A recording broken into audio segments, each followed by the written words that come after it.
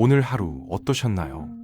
남들 눈에는 멀쩡해 보여도 속으로는 실밥이 하나둘 풀려나가는 것 같은 기분이 들진 않으셨나요? 사람들의 날카로운 말에 긁히고 차가운 시선에 찔리다 보면 어느 순간 이곳저곳 실이 툭툭 터져버리는 날이 있어요. 우리는 다들 그렇게 괜찮은 척 하루를 버팁니다. 근데 현관문을 여는 순간 내 모든 무장을 해제시켜버리는 작은 존재가 있죠.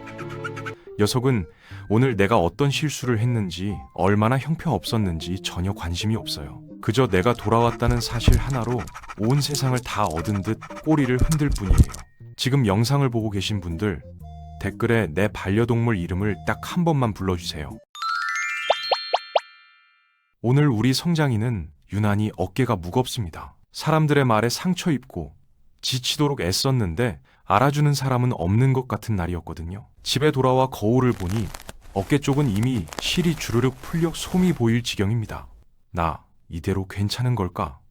내일 또 나갈 수 있을까? 성장이는 거실 소파에 힘없이 주저앉습니다. 자존감은 바닥을 치고 내가 정말 쓸모없는 낡은 인형처럼 느껴지는 그 우울한 순간이에요. 그때 몽글몽글한 털뭉치 하나가 다가옵니다. 녀석은 울고 있는 성장이의 발치에 가만히 턱을 괴고 앉아요. 그리고는 풀려버린 어깨 실밥을 아주 조심스럽게 코로 꾹꾹 누르죠. 녀석의 커다란 눈망울이 이렇게 말하는 것 같아요. 괜찮아. 좀 풀리면 어때? 내 눈엔 당신이 제일 예쁜 걸 말이 없어도 알아요. 설명하지 않아도 느껴요. 당신이 오늘 얼마나 힘들었는지, 얼마나 버텼는지.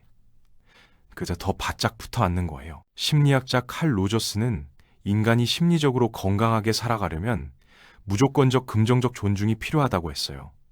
어떤 조건도 없이 있는 그대로의 나를 받아들여주는 경험이요. 잘해야 사랑받는 게 아니라 그냥 존재하는 것만으로 충분하다는 감각이에요. 근데 솔직히 사람 사이에서 이게 쉽지 않아요. 부모님 눈치를 보고 직장에서 평가를 받고 어디서든 어느 정도 잘 보이려는 마음이 생기거든요. 우리는 늘 조건부로 사랑받는데 익숙해져 있어요. 녀석은 달라요. 오늘 내가 발표를 망쳐도, 다이어트에 실패해도, 아무것도 이루지 못한 날이어도 그 애한테 나는 그냥 자기가 제일 좋아하는 그 사람이에요. 실밥이 터지고 솜이 빠져나간 모습 그대로를 온전히 품어주는 것.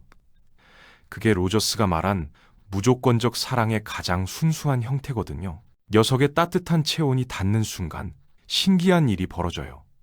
2009년 일본 아자부 대학 연구팀이 확인한 사실인데요. 반려동물과 눈을 맞추는 순간 사람과 동물 양쪽에서 동시에 옥시토신이 분비된다는 거예요. 옥시토신은 사랑의 호르몬이에요. 엄마가 아기를 처음 안았을 때 연인이 눈을 맞출 때 나오는 바로 그 호르몬이에요.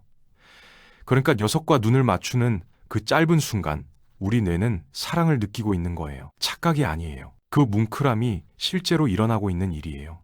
거기에 스트레스 호르몬인 코르티솔은 낮아져요. 미국 심장학회 연구에 따르면 반려동물을 키우는 사람들의 혈압이 유의미하게 낮고 심혈관 질환 발생률도 낮다는 결과가 반복적으로 나오고 있어요. 녀석이 핥아준 자리에서 실밥이 다시 촘촘하게 엮이기 시작하는 거예요. 대단한 조언 없이 그냥 곁에 머물며 체온을 나눠주는 것만으로요. 철학자 마르틴 부버는 인간의 관계를 두 가지로 나눴어요. 나 그것 관계와 나 너 관계예요.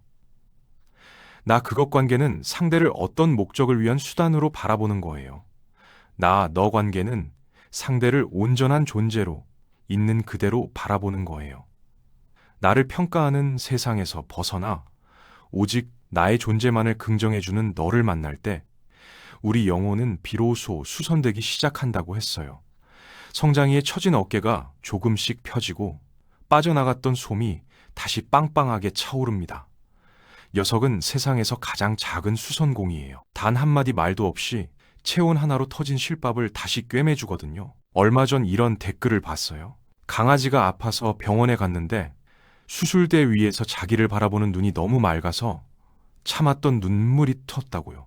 아파서 겁이 날 텐데 그래도 나만 보고 있더라고요.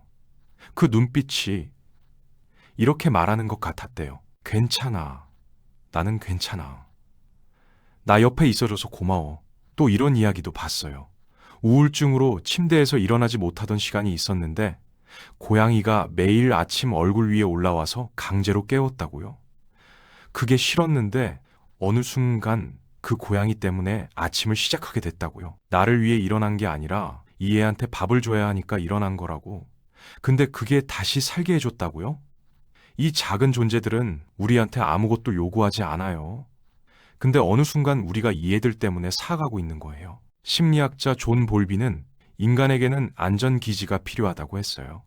세상이 험하고 힘들어도 돌아올 수 있는 곳, 거기서는 판단받지 않고 그냥 쉴 수 있는 존재가 있다는 감각이요. 그 안전기지가 있는 사람과 없는 사람은 삶을 대하는 방식이 달라진다고 했어요.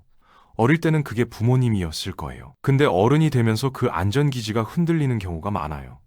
부모님도 나이 드시고 친구들도 각자의 삶이 바빠지고 그 자리를 이 작은 털뭉치가 채워주는 거예요. 힘든 날 더 바짝 붙어 앉고 우는 걸 보면 얼굴을 핥아주고 말은 못해도 느끼거든요. 당신이 안전하지 않다는 걸. 그래서 옆에 있어주는 거예요. 이 애들 곁에서 오래 살다 보면 우리가 오히려 배우게 되는 것들이 있어요. 기다림을 배워요. 하루 종일 혼자 집에 있다가 당신이 오는 그 순간 하나를 기다리며 버티는 것. 현재에 있는 법을 배워요. 어제를 후회하거나 내일을 걱정하지 않아요. 지금 이 순간 당신과 함께 있는 게 전부예요.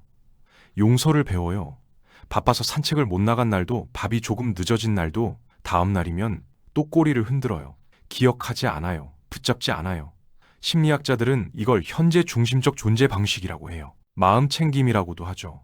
인간이 명상을 통해 도달하려는 그 상태에 이 애들은 그냥 태어날 때부터 있는 거예요. 여러분, 세상이 당신을 낡은 인형 취급하며 구석으로 밀어넣을 때 당신을 우주 전체로 여기는 그 작은 생명을 기억하세요.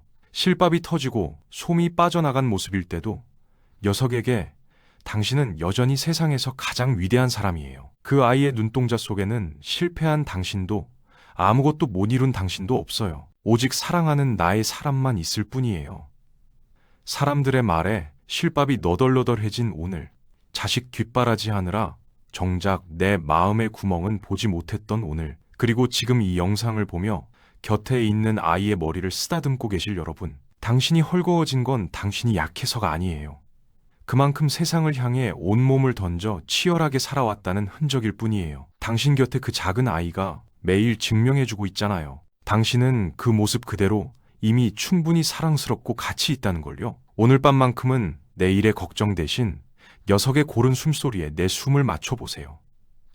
녀석이 핥아준 자리가 내일 아침엔 단단한 새 실로 바뀌어 있을 거예요. 그리고 스스로에게도 말해주세요. 나 오늘 조금 터졌지만 그래도 꽤 괜찮은 사람이야 라고요. 오늘 하루도 실밥 터져가며 버텨내느라 정말 고생 많으셨습니다. 처음에 댓글 남겨주신 분들, 이제 다른 분들이 부른 이름들을 한번 확인해 보세요. 그 이름들 하나하나가 누군가의 실밥을 꿰매주고 있을 거예요. 오늘 영상을 보셨다면 댓글에 딱 한 문장만 남겨주세요. 너 덕분에 내가 오늘도 버텼어. 이 한 문장을 쓰는 것만으로도 지금 옆에 있는 그 애한테 하루치 사랑을 전하는 거예요. 오늘 밤은 그 몽글몽글한 온기 속에서 푹 주무시길 바랍니다. 시청해주셔서 감사합니다.